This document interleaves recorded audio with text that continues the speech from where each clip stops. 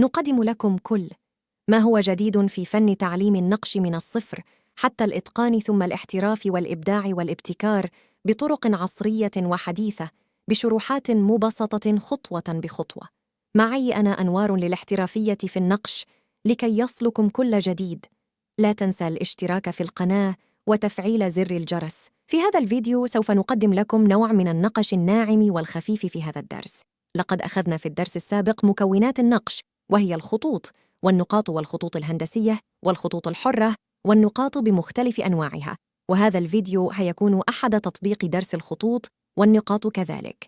أخذنا درس تنسيق الخطوط والنقاط، وفي هذا الفيديو سنتطرق إلى تنسيق الخطوط والنقاط على الكف وطريقة ترتيبهم وتنسيقهم بالطريقة الصحيحة لتنسيق النقش على الكف. في البداية نحدد مكان الخط الذي سوف نرسمه على الكف، وفي أول خطوة في هذه النقشة قمنا برسم خط مستقيم أفقي، ثم رسمنا أشكال هندسية مثلث ومرتبة بطريقة جانبية ومضلل بالكامل، ثم قمنا برسم الخط المنكسر بطريقة أفقية، ثم النقاط المسحوبة،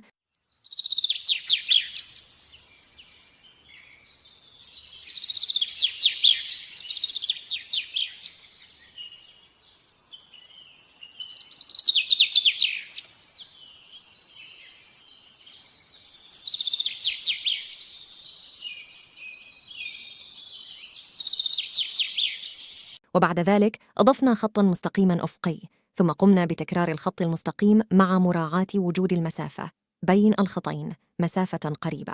بعدما رسمنا الخط المستقيم الهندسي، نحدد مكاناً آخر لوضع خط حتى تكون نقشة متناسقة، وبما أن مكونات النقشة فقط من الخطوط والنقاط، نختار مكاناً مناسب من مساحة اليد. سوف اختار هذه المكان لرسم خط حر، وقد تعرفنا سابقاً ما هو الخط الحر ومكوناته. سوف أضع الخط الحر على جانب اليد تحت الأصبع الصغيرة. رسمنا حلزون مفتوح ومن أسفله خط منحنى يكون رقيق في البداية، وكلما رسمنا المنحنى نعرض الخط، ثم نرسم مثلثات صغيرة نضللها بالكامل،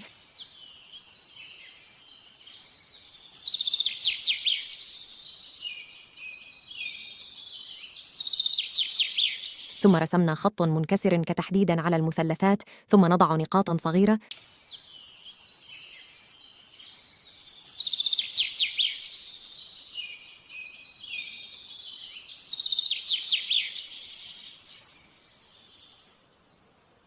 ثم رسمنا منحنى قوس صغير،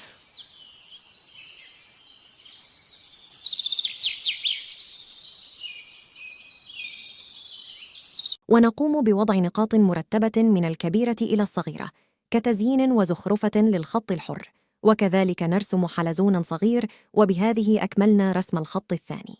قبل وضع أي تفاصيل أخرى للنقش، انظر إلى النقش من مكان أبعد قليلاً كي أحدد وضع التفاصيل أخرى حتى تصبح النقشة متناسقة. سأضع مجموعة من النقاط المتنوعة كحشوة نرسمها على الخط الهندسي من أعلى وكذلك من أسفل.